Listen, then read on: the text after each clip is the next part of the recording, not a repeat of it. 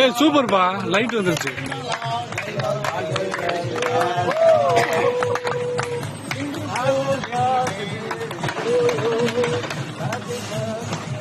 போன போன